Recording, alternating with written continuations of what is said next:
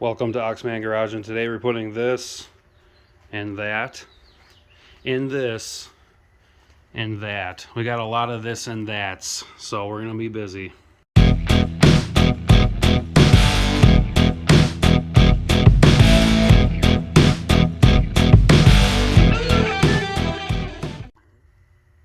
Hey guys, welcome to Oxman Garage. This is episode 4 of Project Triple Black 98 Cobra Coyote swap. And we are going to put this TR36 transmission on our Coyote, on the K-member, and in the car. So before we do that, we're going to clean up this engine bay. This engine bay is filthy and dirty, and it's just not up to my standards. So first we're going to remove everything, the AC lines, the fuel lines, get some of the wiring harness out of the way, stuff we're not going to be using. We're going to clean it up with degreaser and get this thing all cleaned up and ready to go. Alright, so the first thing we're doing is we're going to get these AC lines off. And whenever you're taking AC lines off, you want to make sure that you evacuate all the AC coolant out of it before you start your project, so you can take it to a automotive shop and have them do it for you. Whenever you're taking AC lines off, you use these little, fitting tools and just get your AC lines off.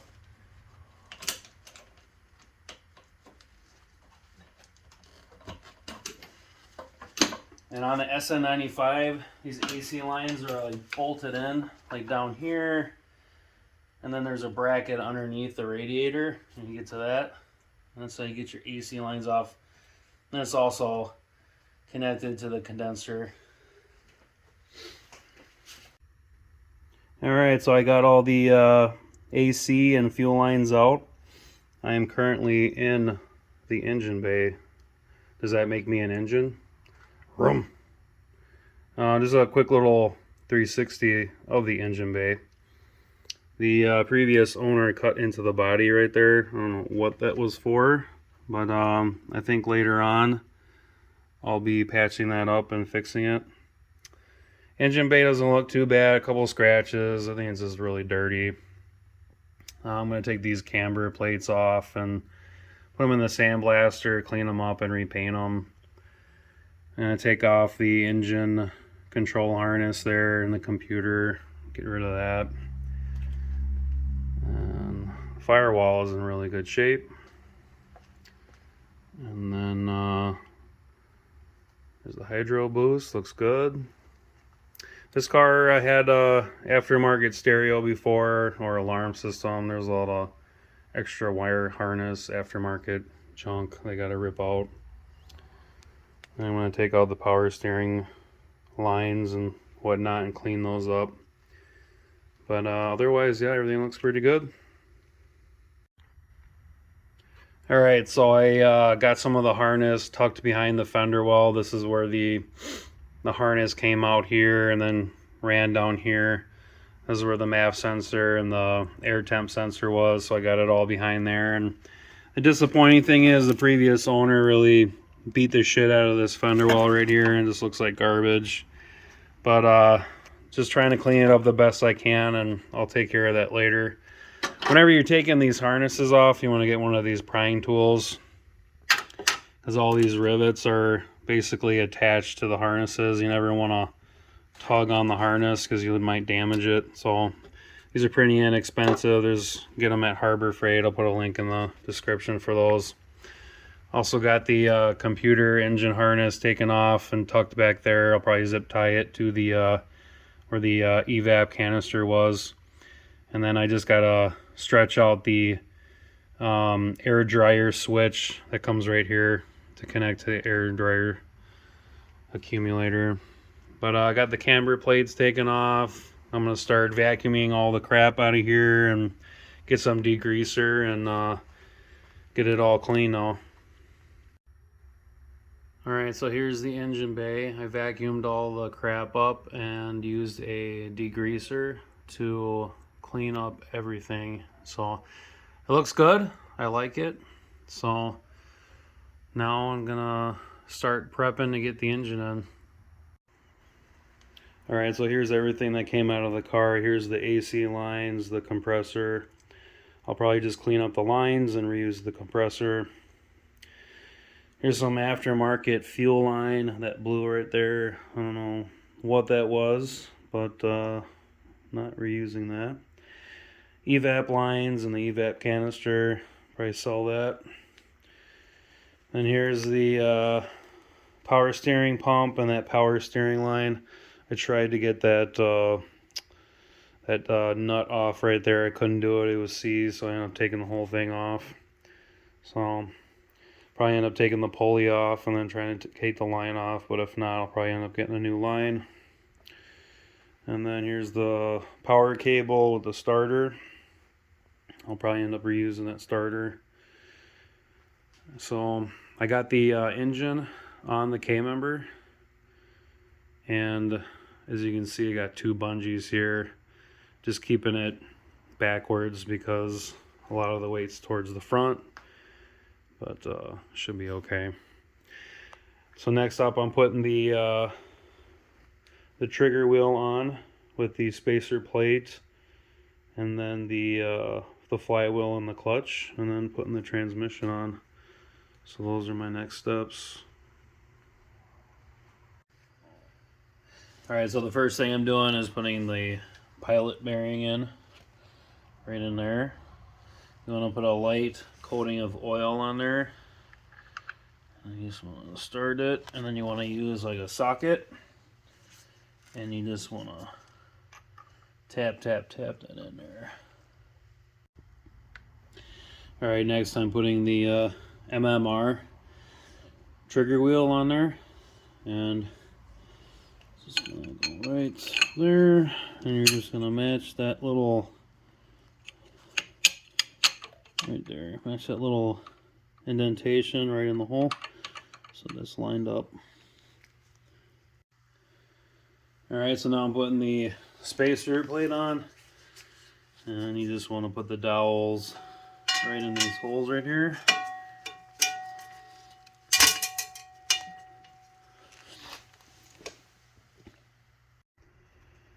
Alright, so now I'm putting the flywheel, the pressure plate, and the clutch in. Before you put these in, make sure they're oil and grease free. Get some brake cleaner and just spray the surface down on both the pressure plate and the flywheel to get them nice and clean. And just leave the clutch in the bag as long as you can before you got to remove it and install. Alright, so you want to put your dowel pins in. There's 3 of these guys. They're going to go in the holes on the outer edges. He's going to put a little bit of oil on there and just tap it in. Alright, so you want to put your bolts on. I'm using ARP bolts. You want to put some thread locker on the threads, and then ARP assembly lube on the bottom of the head there, and just put them in. And then you want to torque these down to 70 foot-pounds for the ARP bolts only, and make sure you're going in a crisscross pattern. If you need to keep your flywheel from moving, you can just stick a screwdriver through the hole there in the service hole. Keep the flywheel still. Alright, so you want to install the clutch with the alignment tool. So the alignment tool is going right through the clutch like this, and this part is going right into the pilot bearing.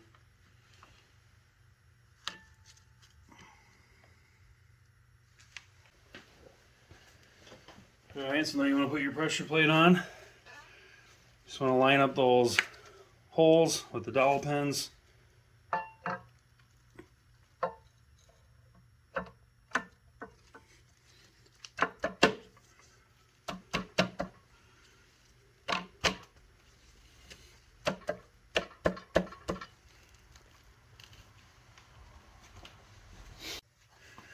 Alright, so you want to torque these pressure plate bolts These are getting torqued to 33 foot-pounds and then 60 degrees. Alright, so now you want to install your clutch fork and your pivot bearing. So you want to put some grease on the back of this spring right here, and then over here where it's going to make contact. So we're basically going to take this guy and slip him over. Just like that. Okay, so now when you're putting this in, it goes down like this, over this.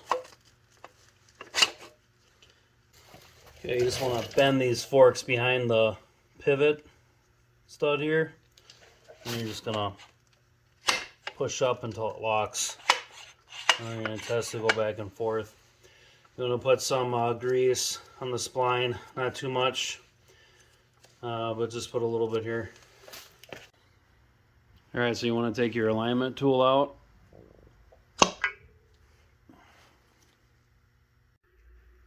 And now for the fun part.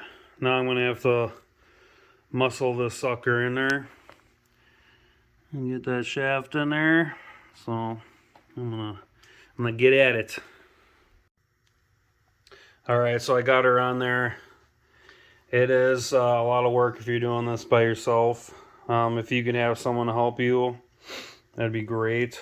You can have someone move the crank bolt to turn the flywheel just very slowly while someone else is pushing from the back to kind of finesse, because you want to get that spline into get the spline in there. Then I torqued all these bolts to 55 foot-pounds, and then the two on the bottom, they're going to get 20 foot-pounds or so. Alright, so I got the whole assembly underneath the car right now. I got the Stifler's transmission brace and all the brackets ready to go. So the next step we're going to be doing soon is lowering the car on top of this dolly. So a couple of things that I installed already. I got the starter installed, and this is the original 98 Cobra starter. I tested it and works great. So I'm going to be installing the power by the hour brackets. I have the power steering bracket. This allows you to utilize the 4.6 power steering pump and the same place that's on the driver's side of the vehicle. So it's going to go and mount right there on the engine.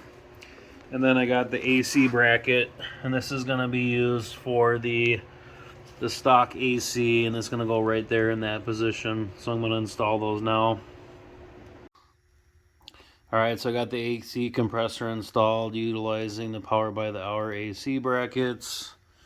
And then also here on the driver's side, got the power steering pump installed with the power by the hour bracket as well.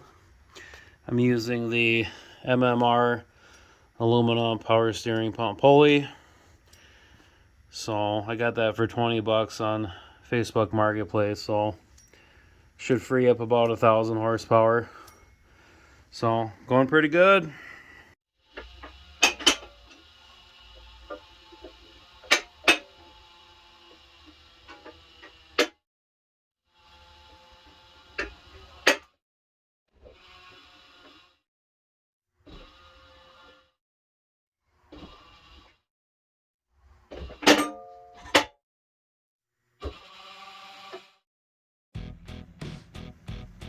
Alright, so we got the engine nicely nestled in the engine bay. Everything's looking pretty good.